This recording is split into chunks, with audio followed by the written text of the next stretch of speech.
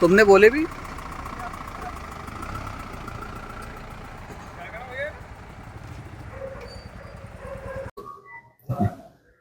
Police station Buldhana ग्रामीण मधील हातेडी या ठिकाणी मेडिकल कॉलेजच्या शासकीय बांधकामाच्या ठिकाणी काही झारखंडमधील कर्मचारी मजूर म्हणून तिथं काम करत आहेत।